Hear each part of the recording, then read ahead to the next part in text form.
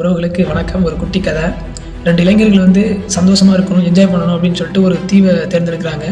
அந்த தீவுக்கு போகிறதுக்கு அவங்க இருக்கிற இடத்துலேருந்து அந்த தீவுக்கு போகணும் அப்படின்னா 1 மணி நேரம் ஆகும். ஸோ ஒரு படகை தேர்ந்தெடுத்து அந்த படகுலேருந்து என்ன பண்ணுறாங்க அப்படின்னா அந்த தீவுக்கு போகிறாங்க.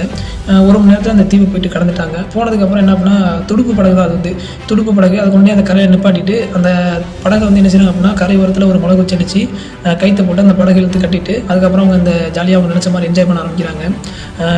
நல்லா கடல் நல்லா குளிச்சுட்டு நினச்ச மாதிரி நல்லா சமைச்சு சாப்பிட்டுட்டு நல்லா அந்த பீச்சிலே படுத்து தூங்கிட்டு நினச்சா ஜாலியாக சந்தோஷமாக சிரிச்சு விளையாடிட்டு எல்லாமே முடிச்சுட்டு வரதுக்கு மணி ஒரு 12 மணி ஆயிடுச்சு. 12 மணி நினச்சிட்டு ஓகே டைம் ஆயிடுச்சு, வீட்டுக்கு போகலாம் அப்படின்னு சொல்லிட்டு 2 பேரும் திரும்புகிறாங்க. படகுல ஏறிட்டு என்ன பண்ணுறாங்க அப்படின்னா துடுப்பு போட ஆரம்பிக்கிறாங்க. இங்கேருந்து அந்த கரைக்கு போகிறதுக்கு எவ்வளோ ஆகும் அப்படின்னா 1 ஹவர் தான் ஆகும். ஆனால் ரொம்ப நேரமாக அந்த துடுப்பை போட்டே இருக்கிறாங்க. கரை சேரவே இல்லை. ரொம்ப நேரம் ஆகுது, போய் சேரவே இல்லை. இதுக்கு மேலே என்ன விடிஞ்சிருச்சு, காலையில் வெயிலாம் வர ஆரம்பிச்சிருச்சு. என்னடா இவ்வளோ நேரம் ஆச்சுன்னு கடை வரலையே, வழி எதுவும் மாறிட்டோமா அப்படின்னு சொல்லிட்டு யோசிக்கிறாங்க. அப்புறம் தான் அவங்களுக்கு புரியுது, அந்த கரையில் மிளகு அடித்து வச்சு கட்டி வச்சுருந்தாங்களா கயிறு, அந்த கைத்தை அவங்க அவுக்கவே இல்லை. விடிய விடிய ஒரே இடத்துல தான் என்ன பண்ணிட்டு இருக்காங்க அப்படின்னா துடுப்பை போட்டே இருந்திருக்காங்க. அதுதான் இது எதுக்கு நான் சொல்கிறேன் அப்படின்னா, இந்த கதையோட மாறல் என்ன அப்படின்னா, நம்ம முக்கியமாக சொல்ல போனால் நம்ம மிடில் கிளாஸ், நம்ம எல்லாருமே நம்ம வாழ்க்கையில் இப்படி தான் பயணம் பண்ணிகிட்டே இருக்கோம்.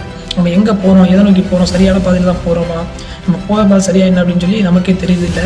2024, 23, 22 எல்லா வருஷங்கள்லையும் இன்றைக்கி ரேட்டு 29 அன்றைக்கி எந்த சூழ்நிலையில் எந்த நிலைமையில் நம்ம இருந்தோமோ அதே சூழ்நிலை தான் இன்றைக்குமே இருக்கும். நம்ம ஒரு படி கூட என்ன பண்ணல அப்படின்னா முன்னேறல. காரணம் என்ன, அன்றைக்கி வாங்கின அதே 500 சம்பளம் தான் இன்றைக்கி வாங்கிட்டு இருக்கோம்.